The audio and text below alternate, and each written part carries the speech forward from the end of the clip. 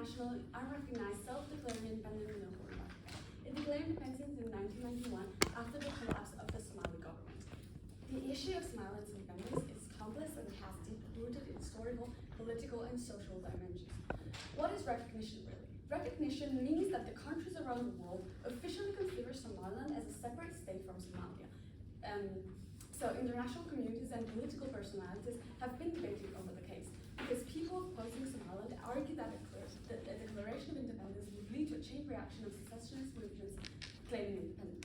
But that's not the case. Somaliland represents a unique good for two cases.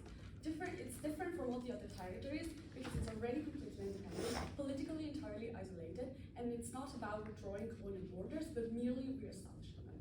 It is shackled to a poorer, weaker country, so it means that its recognition, it's not about taking power away from the other countries. But what are the stakeholders of this motion? Somaliland and the African states united together in the African Union. But why is the African Union so relevant in this case? The African Union is relevant for several reasons, mainly due to its role in continental governments and its stance on issues related to statehood, sovereignty, and territorial integrity. AU's recognition or non-recognition of Somaliland carries considerable weight in the international communities, and it can influence other states' decisions. This case also raises questions about how the AU balances its commitment to territorial integrity with legitimate aspirations of people seeking self-determination. Why is then Somaliland so important for the African states? Somaliland holds significant importance to the African states for several reasons, ranging from its strategic location to its political stability and potential role in regional development. The Horn of Africa holds immense importance in terms of maritime routes, access to the Red Sea, the Indian Ocean, and a possible getaway for commerce to Asia, Middle East, and North Africa. Somaliland has been relatively stable too, and often African states look at Somaliland as an example as relative stability. Economic potential. Other African states will see Somaliland as a potential partner for economic development, but this will be brought more in depth by the second speaker. During this debate, we'll prove to you judges that the recognition of Somaliland as an independent state will lead to Africa's empowerment and emancipation for two main reasons. Somaliland's recognition will lead to a long-awaited geopolitical revolution. This is young man bring. My second speaker will talk about the recognition as for an equal to economic benefits for both sides. So, starting with our first argument, Somaliland's recognition would lead to a long-awaited geopolitical revolution. So, Somaliland is an autonomous state. However, it is not recognized by any country except for the Chinese Republic of Taiwan. Even if Somaliland does meet all the criteria established by the Montevideo Conference on Duties and Rights of the States in 1933, in fact, it has a defined territory, a permanent population, a government, and the capacity to conduct an investigation. So we clearly see that Somaliland has been acting as a recognized autonomous state as always. They have their own currency, they hold democratic elections with a president, a bicameral parliament, they have their own legal institutions and a solid cultural and national identity. But they also have representative offices in the US, UK, United Arab Emirates, Taiwan, and many more. So all of this clearly elucidates that they're so independent that turning back to the original situation would be problematic and a cause of instability. The only thing they're missing is their place on the African geographical map. So, the African states, as I stated before, are represented by the African Union. What does this mean? The African states signed the Constitutive Act of the African Union, establishing an organization that comprises all those African countries, 55 of them. They therefore decided to fight together and cooperate to address common challenges as the organization of the African Union is guided by its vision of an integrated, prosperous, and peaceful Africa, driven by its own citizens and representing a dynamic force in the global area. But which are the goals of the African Union? The OAU, Organization of African Union, promotes peace, security, and solidarity among the states, economic integration, defense of sovereignty, territorial integrity, and independence, but above all, the eradication of all forms of colonialism. This means that the states realize that cooperation is the only possible choice to achieve a better future for Africa. Hence, the states should act together to reach those goals, especially for the case of Somaliland's situation. But why would Somaliland fulfill this goal? The recognition of Somaliland's independence by the African Union has the potential to address some aspects of neocolonialism in Africa. No, thank you. by the affirmation of self-determination of Africa as a continent and the challenging of a colonial heritage. This means that AU will acknowledge the right of African people to decide their political status and chart their own path beyond colonial asset. That hadn't been changed since the colonization period. The choice will impact on the narrative through which Africa is perceived as a whole. It challenges the colonial legacy of these borders and demonstrates a willingness to shift from an oppressive system to a self-determined borders. It has huge impacts on Africa itself. Western media and the dominant effect. Why? Because Africa has been longly seen as an impotent country. Just think about all the spots of malnourished children, plagues, and tearjerkers episodes that we see today. Africa is represented as limited to a vision where it's unable to make a decision for itself. Chaotic. It's above all a country that must be saved by the imposition of a superior white supremacy models. This kind of strong position statement would have a really big impact on the media, where in most cases, Africa is misrepresented and unrepresented. This would be a turning point for the common image of Africa, with a big reason that will put Somaliland under spotlight as it deserves. So promoting new positive African models of democracy, self-determination of Africa as a continent, and Pacific conflicts resolution. But why is this relevant for the African countries, and why should they embrace this motion? If Somaliland were recognized, overall Pan-African cooperation would be strengthened. It will foster greater cooperation to address common challenges rooted in the colonial past. Moreover, it will encourage a sense of solidarity. But why? The recognition of Somaliland's independence has the potential to strengthen Pan-African cooperation due to its symbolic significance, its contribution to address historical issues. By fostering a sense of unity, the African nations can come together, collaborate, and seek solutions to common challenges. The recognition of Somaliland's independence can have far-reaching impacts on multiple stakeholders. Common people. The recognition of Somaliland can inspire hope and optimism among common people, both within and beyond Africa. It sends a powerful message that African nations are capable of self-governance and democracy. By affirming the right to self-determination, the recognition empowers people to take charge of their own destinies. This positive narrative can reshape the perception of Africa. Within Africa, the recognition can serve as a model of successful self-determination, encouraging other regions and communities to pursue peaceful paths towards autonomy and independence. The impact can be transformative, promoting a sense of agency among African citizens and fostering a belief in their ability to shape their country's future. Second stakeholder, the African states. The recognition offers a new political model for the African states. Compared to its neighbor, Somaliland has a much lower criminal rate than Ethiopia, which is particularly relevant here, as it could have a stabilizing effect for this case. So, for all those reasons, we're so proud to propose. I'd like to thank the Prime Minister for that speech and welcome the leader of opposition on the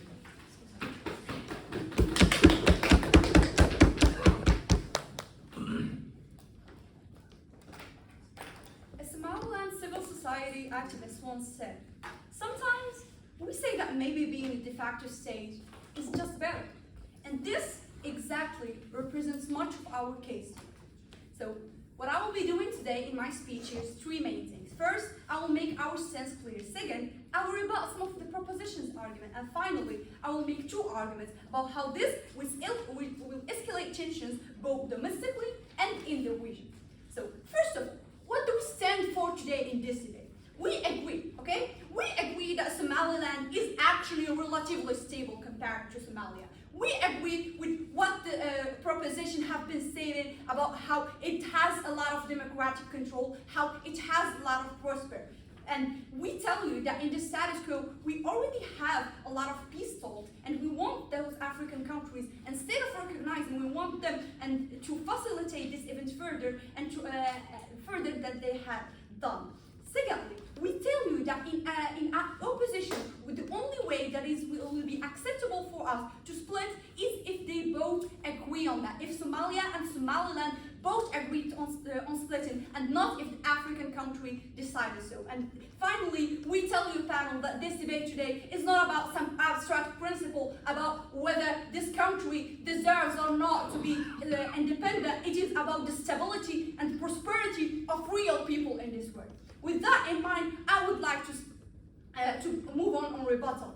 There has been a really big problem with the proposition today, being that they gave us an assumption and then they gave us the result. What's lacking here is the link, the relationship between those. What did they tell us? They tell us that yes, there will be this independence of Somaliland, and then they started talking about how we will counter colonization, how there's going to be more prospect and unity. However, we tell you, panel, how? Because what we see is that yes, the African Union has this vision of peace. Then we tell you, why would they be with something that would trigger so much war and so much tension between those countries? We tell you that yes, we are against those after colonization's idea, but then we tell you, then why should those Somalia and Somaliland break down just because they have been broken down by Italy and England when they were colonized? Following the propositions page is just underlining and just focusing on what the colonization has done to African countries. So we tell you, it is with the unity that they have been talking about, the unity that the African Union advocate for those countries, that we are actually going to be able to break that after colonialism aspect. They tell us that they want prospects, but we don't see how this prospect will happen, and we will prove you in our second speech how actually prospect is happening in Somaliland, and it will only be happening if we don't go with the proposition stand. And finally, we tell you that if we are with unity, then why divide those two? Right. Moving on, thank you. Moving on to our first argument, we tell you that there will be escalations and tensions will grow between the two parties. First of all, to understand that, we need to know why don't we have that much tensions in the status quo, and we tell you that there isn't, because both Somalia and Somaliland have those prescient internal priorities, things like countering the counter-terrorism efforts and growth, and also those economical things like trade and business. So those things just take precedence over the engagement in direct confrontation. But we tell you that will change for three main reasons. First, because now Somaliland will have the ability to move from Somalia. We tell you that this recognition is an event that will give Somaliland just more power to just go away from this cooperation with Somalia, because now it can more formally engage with those other countries. Now it can be now that it is recognized as a state. Secondly, we tell you that African recognition, that we won't have those African recognition concerns anymore, because you know what? Currently, Somaliland's lack of African recognition is the thing that gives her this vulnerability, that the fear from escalating tensions. It is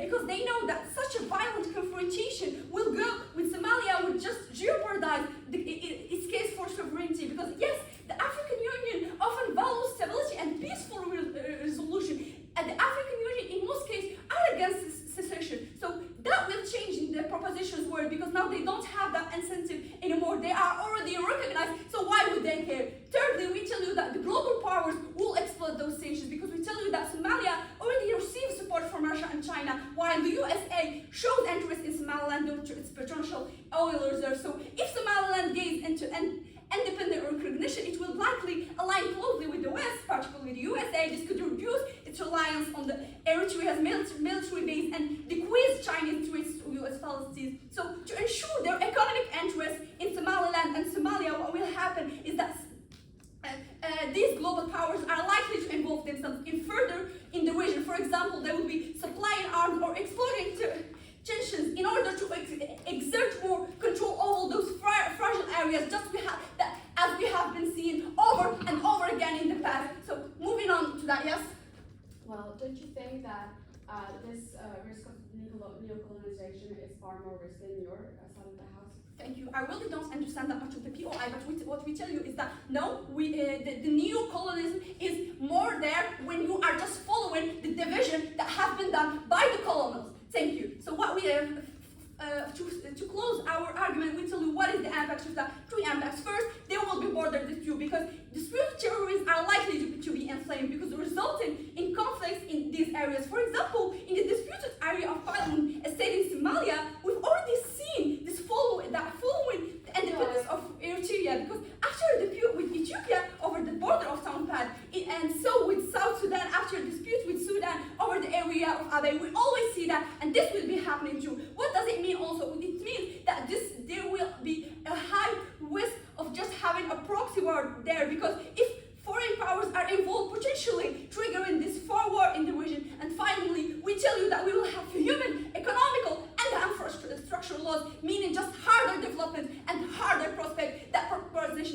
wanting so more. Now moving on to our second argument. We tell you that we will set a precedent for a secession movement for the ones that have lost steam. So in the current state of affairs, there is a proliferation of groups advocating for division, from Algeria with the Kabyle to South Africa with the Volksat. Those movements are expanding all over Africa. We see them there. So we tell you that those volatile secession movements are more likely to follow, because you know what? Why do you think that they will see that what happened to Somaliland won't be able to, won't happen to them? Why do you think that they can see this difference that you are saying? So we tell you that for action movement, the success of Somaliland's secession will be viewed as a win of being disregarded for so long, and for the forgotten movement, the Somaliland case has been out for so long also. So getting this recognition now trigger the other movements so that they can also get out again. Why this secession would be harmful? Two reasons. Whether the secession it's going to be harmful in itself, because whether the secession are right or wrong, the secession movements in hostile are likely to get armed or conflict at the point where secession isn't likely to be agreed on. And it's for all those reasons that we proudly oppose this motion. I'd like to thank you in opposition to the one speech and welcome the deputy minister to continue the peaceful opposition. Can I ask if the clock can be a little bit louder, please? Thank you.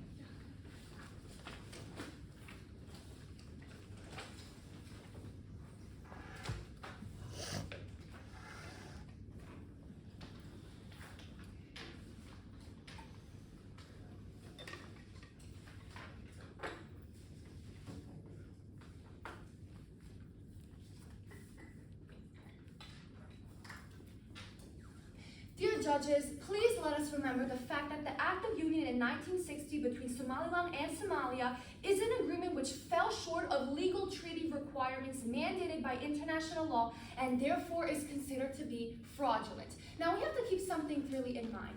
The opposition team in this case with the first speaker has tried to paint this narrative for which Somaliland is simply trying to gain independence because they are trying to go against these colonial borders, because in reality Somaliland was formed by colonial borders. I mean, all of this discussion on colonialism. But what we would like to tell you, dear judges, is the fact that just as they mentioned Italy and the United Kingdom being colonizers in the confronts of Somalia, the same way Somalia is behaving technically in the confronts of Somaliland by oppressing it and not giving it independence.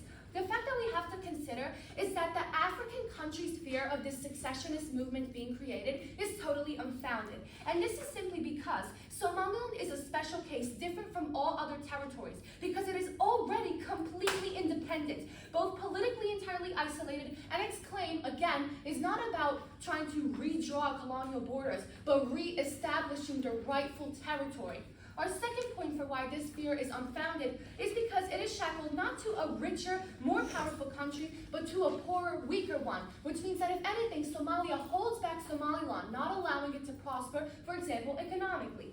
Now, another thing that we have to keep into consideration is that African countries have all benefits to gain from recognizing Somaliland as distinct from Somalia. Now, this is the fact that we have to take into consideration, right?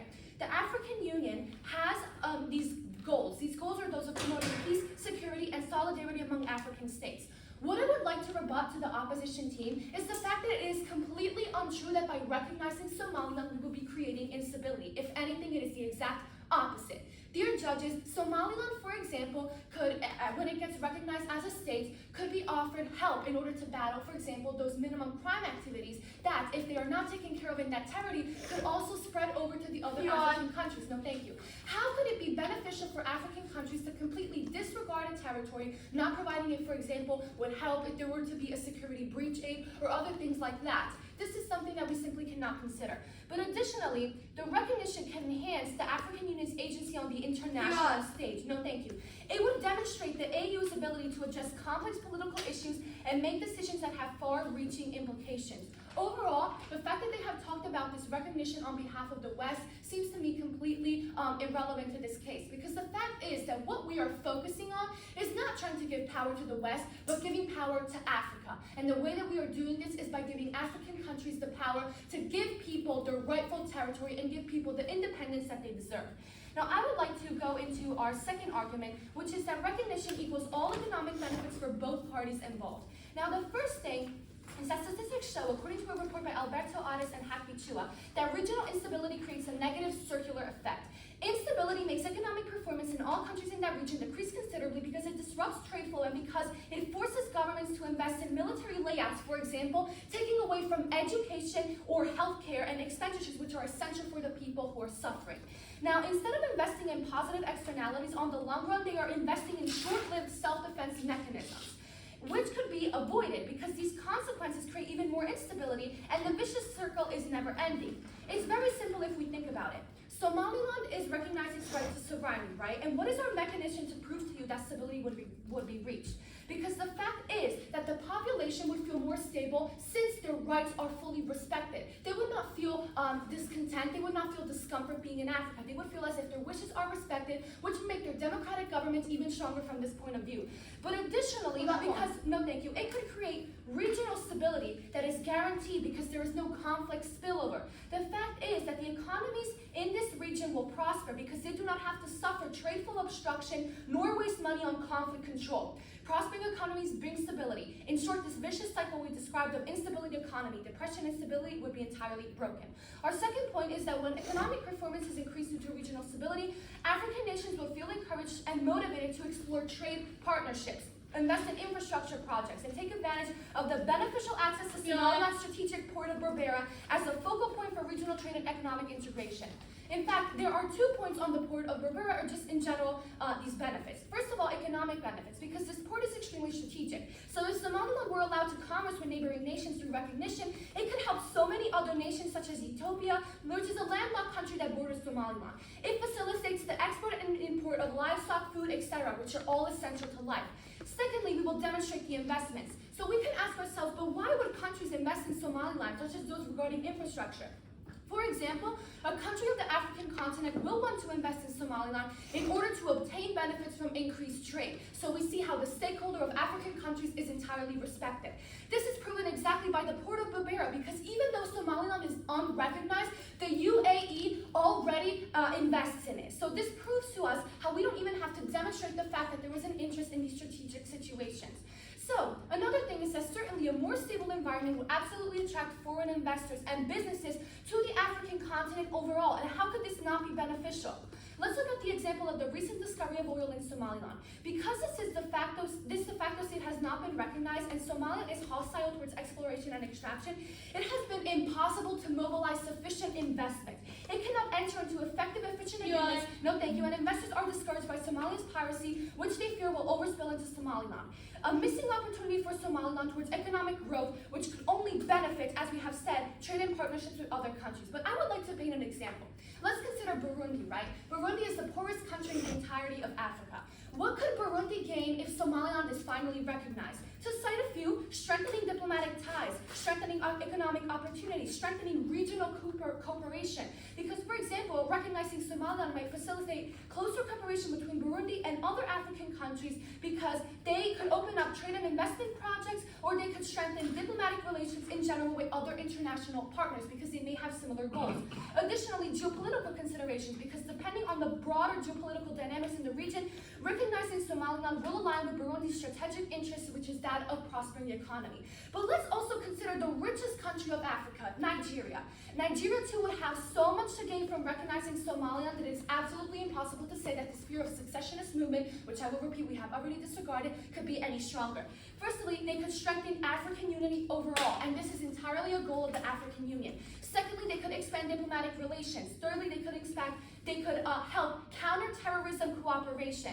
In fact, once Somaliland is recognized, we can see that it could be solved the problem of piracy around the Horn of Africa. Because even with just logic, we can explain how the Gulf of Aden is a crucial maritime route for international trade. It's estimated that around 10 to 12% of the world's seaborne trade transits through it. The UN also states that the cost of piracy in the region was in the billions of dollars, along with the increased cost of ransoms, increased insurance premiums, and security measures.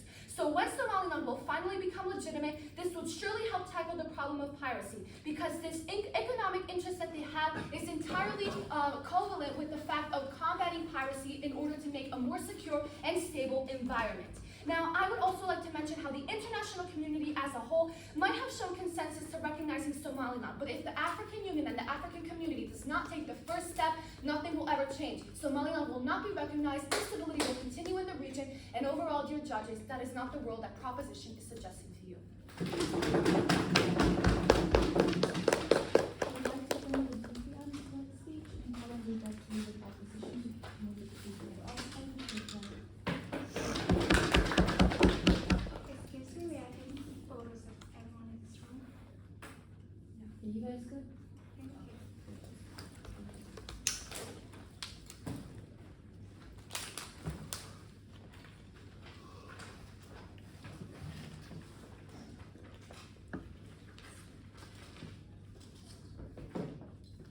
One thing we'd like to point out is this debate. This motion is not about some abstract principles. It is about very real people, whether be it in Somalia or Somaliland, that will suffer if African countries do recognize Somaliland. So in my speech, I will be doing three things. First, rebuttal. Second, final argument of our case about how Somalia and Somaliland will be better off within status quo. And then third, I will do some weighing. So starting with rebuttal. But before I get to that, I will first rebut an independent point that proposition has made about African countries having much to gain by recognizing Somalia and Somaliland. So what we'd like to say is that doesn't matter, even if it was true. That doesn't matter because African countries are not our main stakeholders in this. And because they are not our main stakeholders in this, what they will benefit from trade and etc. is not important to us when we have much different issues like having some conflicts on the borders and people suffering on these borders, or also having these people the funds that could go to them building infrastructure, etc., going to military, and we will explain to you why that happens on proposition side and not on ours. And this will not establish union, as we said. This will not establish union because in the Horn of Africa, basically every secessionist movement exists in the Horn of Africa where this debate is happening. So just encouraging the secessionist movements to happen is going to be a big problem to not accomplish the union that proposition is seeking to have. But then I will start rebutting their arguments. First, their argument about geopolitical interest, their principal argument, they gave us 3 points. They said that the Somaliland is independent and have representative offices and they're quite properist, etc. And then they said that they have the right to self-determination. And finally, they advocated for the eradication of colonialism and strengthening cooperation. We have 5 responses to this. First, perhaps it is true that they meet some abstract criteria of being a country, but the most important consideration in this debate should not be about this. Why is that? Because what will lead to the most stability and prosperity for most people is what we have on our side. Second response is that Somaliland is functional now. Yes. However, we cannot guarantee that functionality will remain after recognition, given all the harms we've described to you. And then third, even if Somaliland became a perfect example of independence, it's not like each secession movement can just copy Somaliland. Each secession movement has its own challenges and limitations. Does opposition not realize that, as we have stated, Somaliland is a perfect example of a legitimate movement, while the other secessionist movements which we are trying to compare are illegitimate? Well, we've already said that this is not about whether it's legitimate or not. It is about how other countries will perceive it to be. A secession movement will just encourage other countries to lead their own secession movements, which might not be as legitimate or as peaceful as you claim it to be, even though it really is not, as I will show you in my rebuttal. But then, fourth response, how they gave us rights to self-determination. But we can also say that that also applies to the people of Somalia, their right to self-determination. And then fifth, cooperation is not possible. Cooperation is not possible on proposition side for the simple fact that this will just lead to more disputes in the borders between Somalia and Somaliland, because Somalia cares about having Somaliland as part of it, and having other African countries be recognizing Somaliland will just put it in an insecure position where they are no longer certain that they can regain this territory. Now, to the second point about bettering the economy, they told us about how regional stability, how we will have more regional stability, more trade partnerships, more investments. So, first response.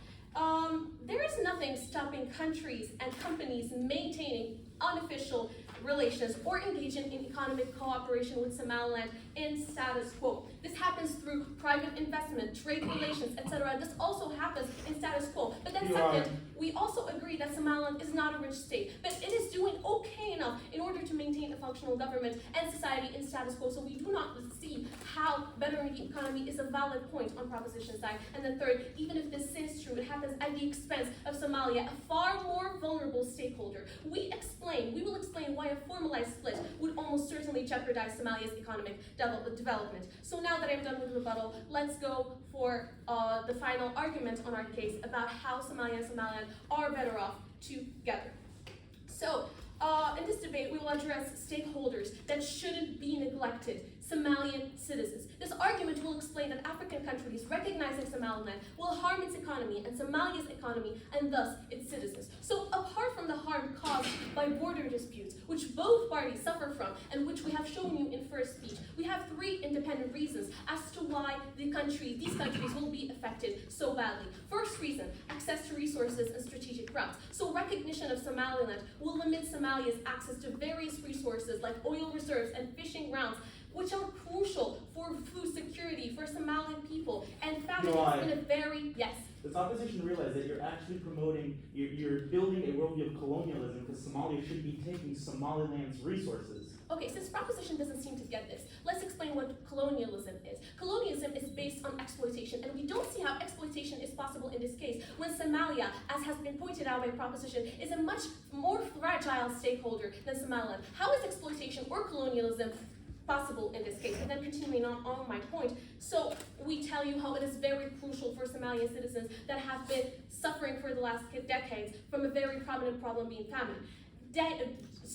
And people dying due to food insecurity. In this situation, it seems unreasonable to only look at the stakeholders from Somaliland, especially since they are doing so well already, as proposition has already pointed out. But it rather makes more sense to focus on a vulnerable group of people that is quite reliant on the resources that will no longer be available to them on proposition.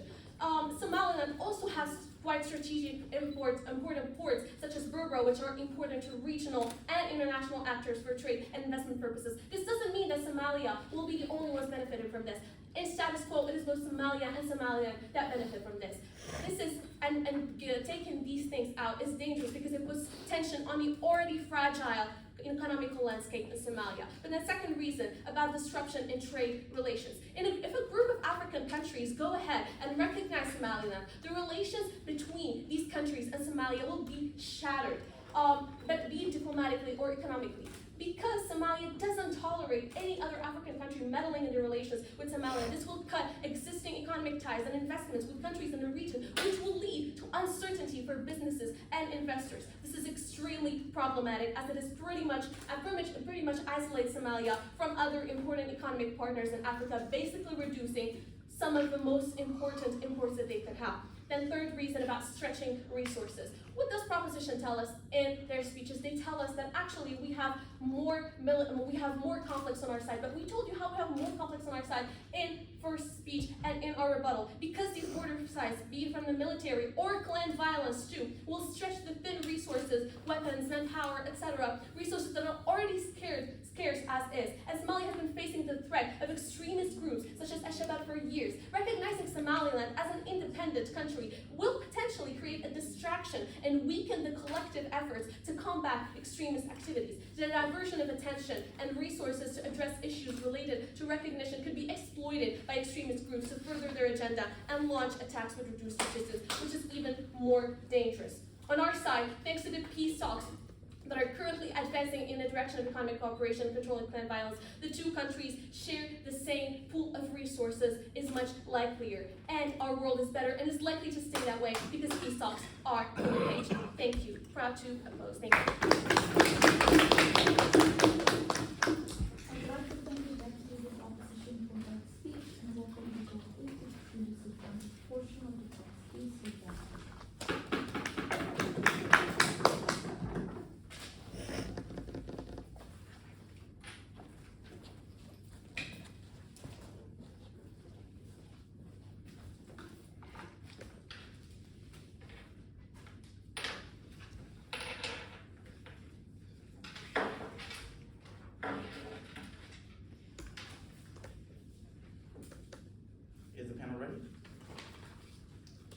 Dear judges, I would like to ask you, just because someone is richer than me, does that give me the right to go and steal their stuff, steal their things? I would like to start my speech before getting into the 2 points of clash that I've identified and proved to you why my team has won on both points of clash. I would like to identify one of the major issues with opposition's entire structural argument. They keep stating, as they say in the beginning of their argument, that they demonize, correctly, colonialism. They demonize Italian and English involvement in the region, as is correct. But at the same time, they're also supporting the same ideals, because they're supporting the idea that Somalia, just because they're poor, just because they need those resources, have the right to go into Somaliland's territory and take their stuff, take their resources, take their oil, take their other resources, take anything they need, just because they're poor, just because they need it, which is incorrect. They also keep stating different things, such as the fact that there will be more conflict in the region, more conflict will be caused in the region. But here's the thing, they have not actually demonstrated their argument. They've only stated different things, while my team, on the other hand, has proved to you why these conflicts would actually be lessened, why there would be more stability. And I would actually reiterate that throughout my points of clash. But another thing I would like to point out throughout this entire debate is while we have actually given you a mechanized structure, the opposition has not. They've only stated vague arguments that they have not proved through either evidence or through mechanization. So,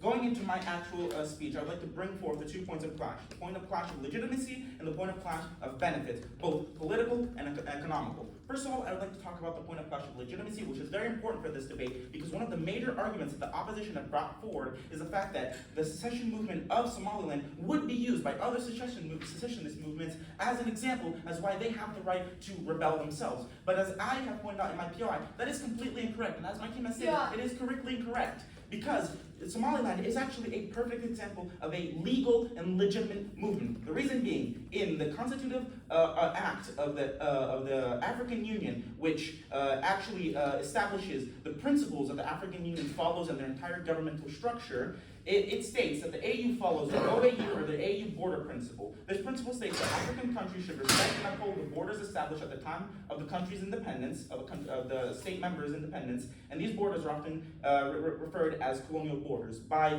the act itself. But here's one important thing that we have to actually understand. As we have stated, Somaliland actually started off as its own independent nation, with its own independent government, its own independent structure on the 26th of June, 1960, and only later that it joined in with Somalia and to form a unified government, which I've stated is also fraudulent, as stated in our prior speeches. So therefore, Somaliland actually has a legitimate claim to their own statehood, to their own sovereignty. So it isn't incorrect to say that they'll just be used as an example for other secessionist movements, because here's the thing you have to take into account. They cannot compare themselves to Somaliland because they do not have the same claims, and they do not have the same base, the same argument that they can use to actually prove to why they should receive independence compared to Somaliland, which does.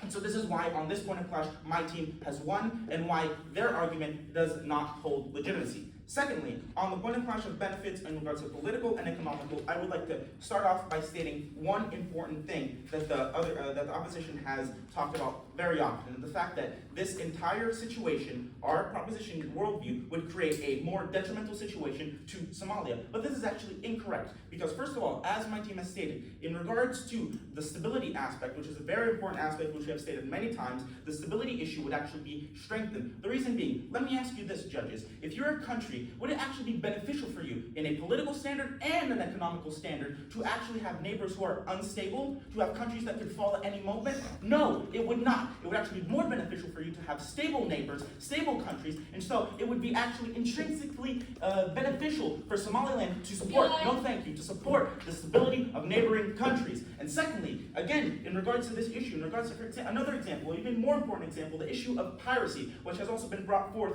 in this debate. The issue of piracy would also be helped. The reason being, as stated by the United Nations, the Gulf of Aden, where, for example, the Berbera port, which is a major port in Somaliland, which, as we've said many times, would be very beneficial, and I'd like to get into that in a moment, is situated in an important region where around 10 to 12% of the world's maritime trade passes through. And in this region are several billions of dollars of profits are lost due to piracy, through either direct piracy or through indirect means such as costs needed to actually, avoid piracy, such as ransoms, insurance, or security patrols. And the reason is, and the fact is that Somaliland if given the right to actually be able to actually support and help with piracy, because again, we have to take one thing into account. This is both on the political and economic factor. If we give freedom to Somaliland, it would allow them to actually be able to influence these issues, piracy, the issues of trade, and other things. So it would actually give them the ability to fight piracy because they would be incentivized to, because they themselves are losing money to piracy. So even on a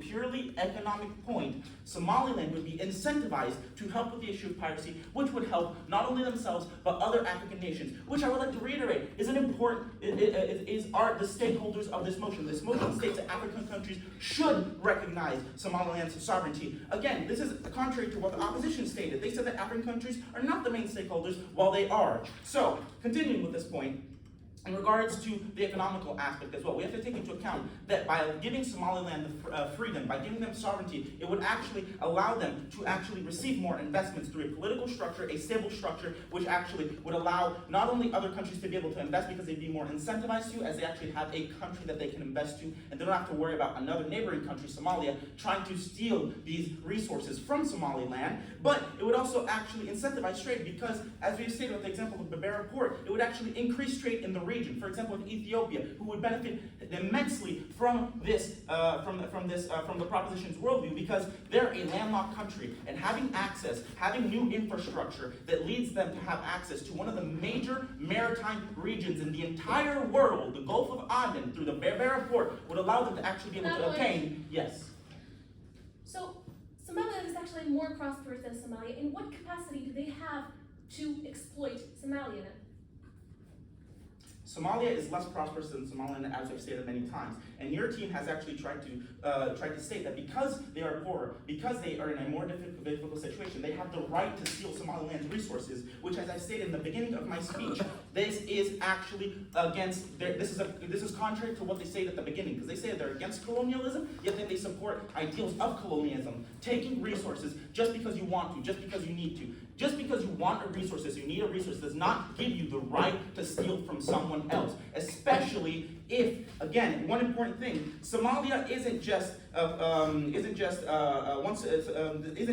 example of something that other countries are influencing. Somalilanders themselves want freedom, so why should they not have it? It is not just a political issue on the entire world where there are bigger protagonists at play. So again, going on with the economical factor, as I was stating, giving Somaliland sovereignty, recognizing Somaliland, would actually allow them to increase their economical structure, obtain more investments, and which would allow, as I was stating, other neighboring countries and Africa as a whole to benefit, because Somaliland, as of right now, is spending the majority of its money to actually maintain its stability, but it is not able to actually obtain these investments that it needs to improve its situation even further, which again, as we've stated many times, would benefit themselves and the important stakeholders of the other African countries. So for that is the reason why Proposition Team wins against opposition. Thank you, judges. I'd like to thank you for the speech and welcome the opposition group, which includes the founding portion of the case.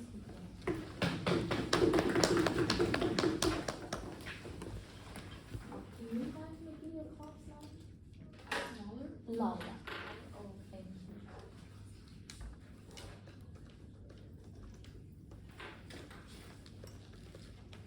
I'm ready.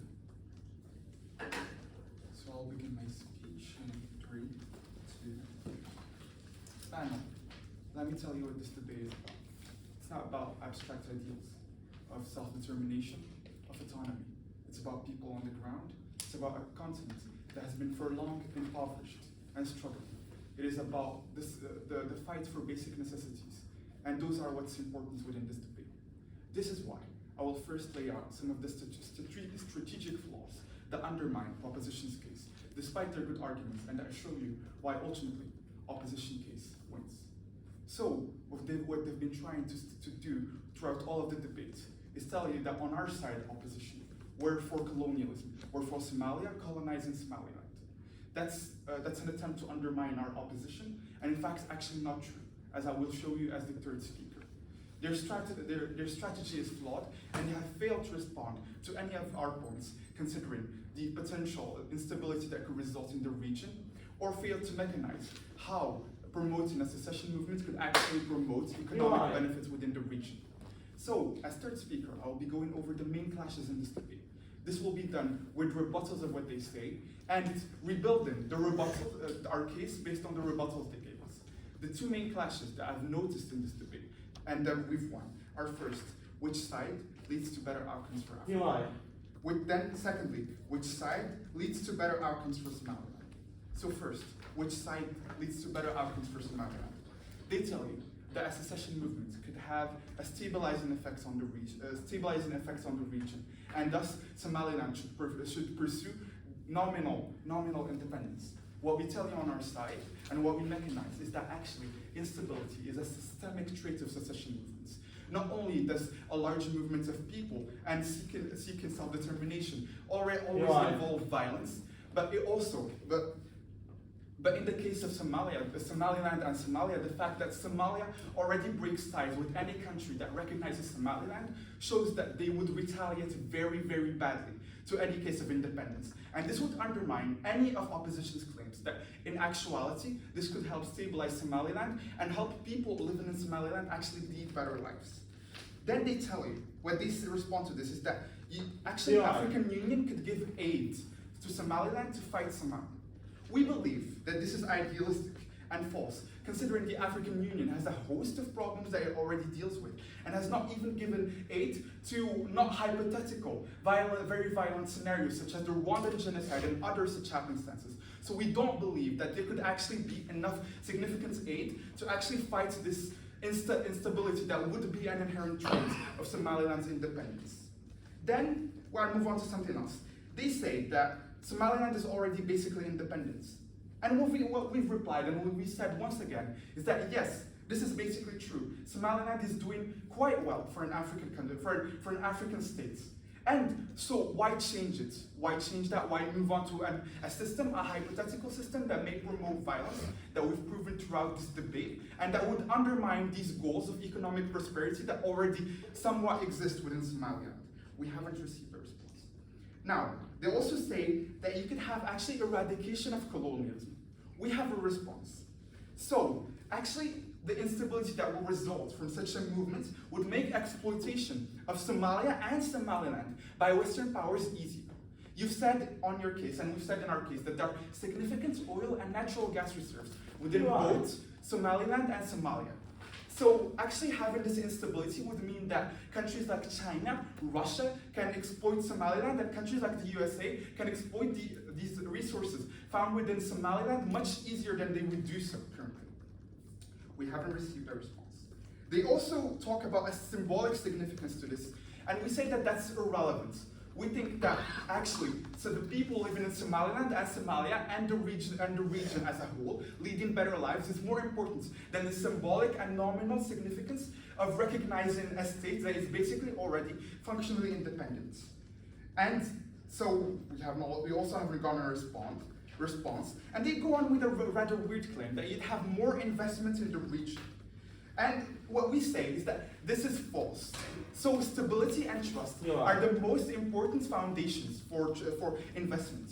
And as such a movement would undermine this stability, you could actually have less investment. Might I remind you that countries like the USA already lend loans to Somalia and already help support it. This is already the case that Somaliland, as a de facto state, already has diplomatic, economic ties with many more economically prosperous nations, and actually having a secession, civil war going on within this country would undermine that and the economic prosperity of the country.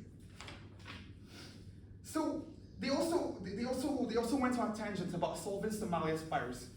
We think that this is idealistic, considering Somalian piracy is already unrelated to Somaliland, and what they responded to this is that Somaliland, as an independent state, could focus its new resources towards fighting off this piracy. We believe this is untrue, as Somaliland actually going for nominal independence would have more priorities to worry about, and if it has an incentive as a de facto state to fight piracy, then why hasn't it already done so? The fact that they haven't done so shows that they would not be able to do so. Levi, Yes. you do realize that they haven't been able to do so because they have no actual legal normatives because they are not considered a state. You know that actually as a de facto state, they have security forces, they have their own army, and actual forces that can fight terrorism, and piracy, but they haven't done so. They also say that Somalia is colonizing Somaliland, and that tangent's going into a rather weird contradiction, where first they say that Somaliland is independent, de facto independent, then they say that Somalia actually colonizes the states. This undermines their case, and then they proceed to follow with this contradiction, saying that Somalia actually steals from Somaliland. When in actuality, the reverse is more true. Since Somalia has most of the arable land found within the country, and thus most of the food imports that are basic for the necessities within Somaliland are taken from grown on the arable land within Somalia. So the food security of Somaliland could be undermined by you actually pursuing independence, by them actually pursuing. So now we'll move on to the second clash, which is about better outcomes for Africa. So what they tell you is that the African Union could fight challenges better with this actual nominal independence. We believe this is untrue and vastly overestimates the African Union's power. And they also tell you that this will help them go beyond colonialism. While we've already proven that exploitation by Western powers could happen much more when independence happens, we believe that this is at worst symmetrical to both worlds, and that colonialism would still remain to be an emblematic fact of African economies. What they've forgotten to do on their side is weighing, and that's why we're gonna do it. So benefits versus harm. Our side, I think, prevents harm to the largest numbers of people because we prevent so many more secession movements within Africa actually degenerating into violence. And so even well-meaning the independence movement like Somaliland would actually result in a lot of harm. And our side has a lot of certainty. While they speak in hypotheticals, and maybe Somaliland will be more economically prosperous, we tell you that it is already quite prosperous, and that going into such hypotheticals undermines the possibility that this could actually not be the case. And with all of that in mind, I have never been prouder to oppose. Thank you. I'd like to thank the audience for their speech, and we have to conclude the comment portion of today's debate. To begin with our section, I would like to invite the audience to fire.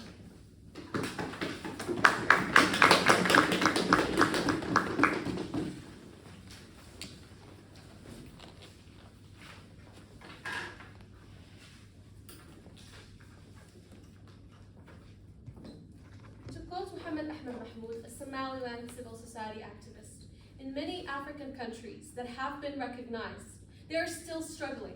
So sometimes we say that maybe being a de facto state is better because many recognized states in Africa failed and they became a one-party system or a dictatorship with no free media and no space for citizen participation. For us, we have so many things, no limitations, no restrictions. This is what opposition's case is all about. In my speech, I will tell you why opposition ultimately won this round. So, two clashes in this debate. First, on principle, and second, on economy. So, first, on principle. Proposition tells you that Somaliland, first, have a right to self-determination, and that second, this will lead to more cooperation, and that third, it will stabilize Africa. While opposition tells you, one, that self-determination is then also a right that Somalia has, but that even if the right was somehow exclusive to Somaliland, it doesn't really matter, since prosperity is more important for opposition, and since opposition has shown you how prosperity is impossible when you not only have no more resources to fight extremist groups, since you're focusing on another issue, but also you have more clan violence since clan in Somalia are so attached to Somaliland as their land. But that also, it is impossible to have that since secession movements will be even more common because regardless, we have shown you that regardless of whether the secession movement in Somaliland is legitimate or not, this is not how it will be perceived by other secessionist movements. They will see that if secession movement in Somaliland has succeeded, then whether they are legitimate or not, they will succeed too. But then we also tell you that stability is impossible with ethnic problems and clan violence. So this is about the first clash, and we think that since the principled clash doesn't really, in the principled clash, since proposition is not really giving us much impact on the real people on the ground. How will they suffer, not only on Somaliland, but also on Somalia? We think that opposition won this clash. The second clash, on economy. Proposition tells us that with their motion, by passing their motion, Somaliland will have more investments and more trade partnerships. And that in our side, we have stretching of resources because we have apparently more military expenses. What does opposition tell you? Well, we took them at their best and assumed that even if actually there are more investments and trade partnerships on their sides, even if that was the case, there will actually still be a stretching of resources on their side. There will actually be more violence on their side, and there will actually be more instability on their side. What do they base their investment and trade partnership claim on? They based it simply on the fact that they will have more stability on their side, which we already showed you doesn't happen. So what does that mean? That means that since we already have trade partnerships and we already have investments on our side and we already have loans on our side, and since we already showed you stability is not possible on their side, that this is unlikely to happen on their side, and that stretching of resources is actually more likely to happen on their side. And that is why we tell you that the second clash is also won by opposition. We tell you that we should look at the broader picture. We should look at the long-term impacts of this motion and not only on some abstract idea of principle, since that doesn't really matter when there are more pressing issues that should be tackled. On this, we are very proud to oppose this motion. Thank you. We'd like to thank the opposition request speaker for their speech and call on the opposition request speaker to please stand.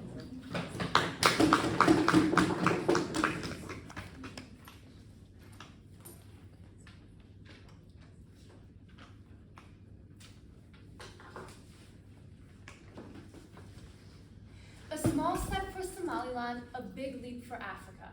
Dear judges, this is how Proposition Team has opened up this debate. And the reason why we believe in this ideal, which we have also proved pragmatically on why it is the best solution for our world and our reality, is because we would be promoting geopolitical benefits not only for Somaliland, but for the main stakeholder of this motion itself, African countries.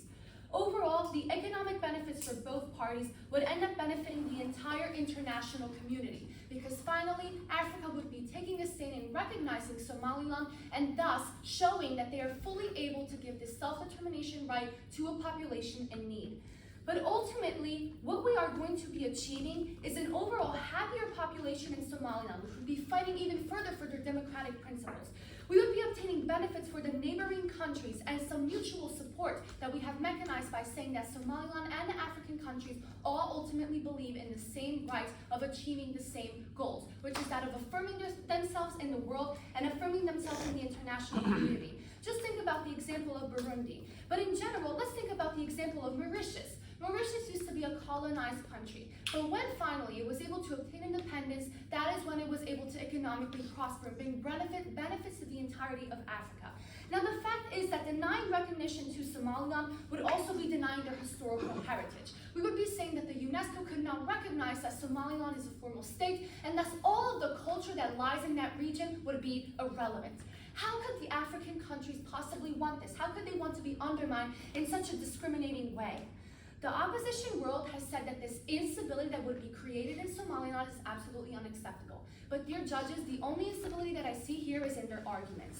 In fact, the fact is that their statehood criteria seems to be of some abstract principle that we are bringing forward. But we have fully demonstrated to you how the issues of piracy, how the issues of fighting for more economic benefits would be fully solved and mechanized.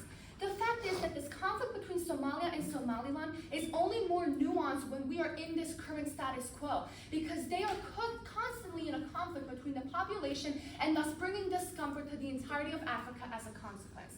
Let us just think that the African Union would be taking no action in their world. Overall, there would be dissatisfaction, and they believe that it should be the Western world or other bigger countries who can still form these private investments. So basically, let's allow for Western countries to form private investments and gain all the benefits from Somaliland, denying Africa the right of support in the first place from its regional territory. That is the message that the opposition team is suggesting. So when they are stating this, they are disregarding the entire GDP benefits for Africa, for the entirety of Africa. thus for the entire world. The fact is that we cannot preclude any determination when we are considering factors that have geopolitical benefits, economic benefits, but also population satisfaction benefits. All of these benefits in the long run will bring Africa to achieve a position in the world which is extremely important, because for centuries that we have described, they have been seen as that continent that was unable to bring themselves up, unable to affirm themselves. But if they finally show that by recognizing the people of Somaliland their actual rights to having their own legal, for example, trade laws, or having their own legal provisions for what it regards in piracy, then that is finally when the entirety of Africa will be taking the lead in the international community. In our world, this recognition would be essential, because ultimately, why would Somaliland, which is a richer country than Somalia, have to still be under their control and under their oppression? Why do we have to make Somaliland go down with Somalia when easily Somaliland could go up and bring the other African neighboring or general countries with it? Ultimately, is this about sending the message, let things be and they will solve themselves, or to fight in the name of what is rightfully yours? Judges, in the end, opposition team is expecting for Somaliland to succeed alone, is expecting for the African countries to help in no way. And this is something that the proposition team will never support.